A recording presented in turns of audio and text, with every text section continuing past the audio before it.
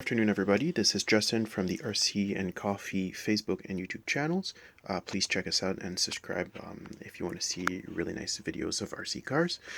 This is, again, a little section about information for a specific vehicle, and that is the Desert Runner Hero, as it used to be called, from RC4WD Drive when it used to be sold by RC4WD Drive.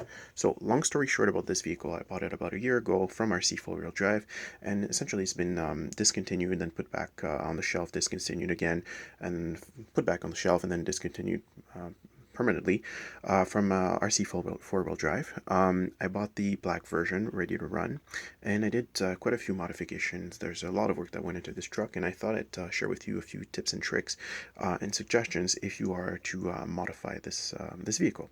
So without further ado, here we go. I'll start with the paint job. So the paint job, two-tone. I have gray and I have a golden color there, obviously with the black, to have the, a scale look to it. So I've done that as well on the bumper here. So you have gray bumper and black. So the one thing that you may not see from here is the use of different clear coats.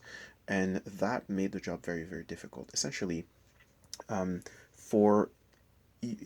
are parts on this truck that have a glossy clear coat as well as a flat clear coat on the same part. The bumper is an example, meaning that you basically have to tape the part twice, and it's quite a lengthy process. And I did use a lot of clear coat because I do intend to put stuff in the bed here, and I don't want to damage it. And also, it's always a good idea if you intend to clean your truck and have without damaging the paint.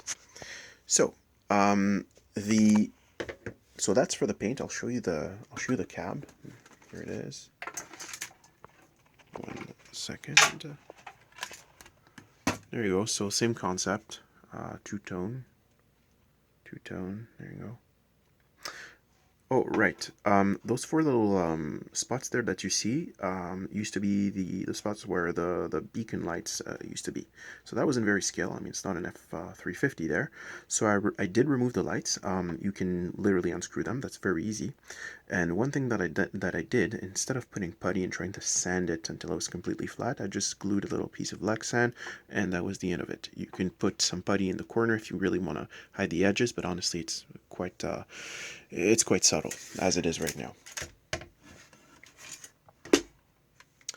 So what I did for the interior, I painted the vents, painted the little buttons there. I even glued, gauges there that I drew myself. I don't know if you can see if the phone will focus there. The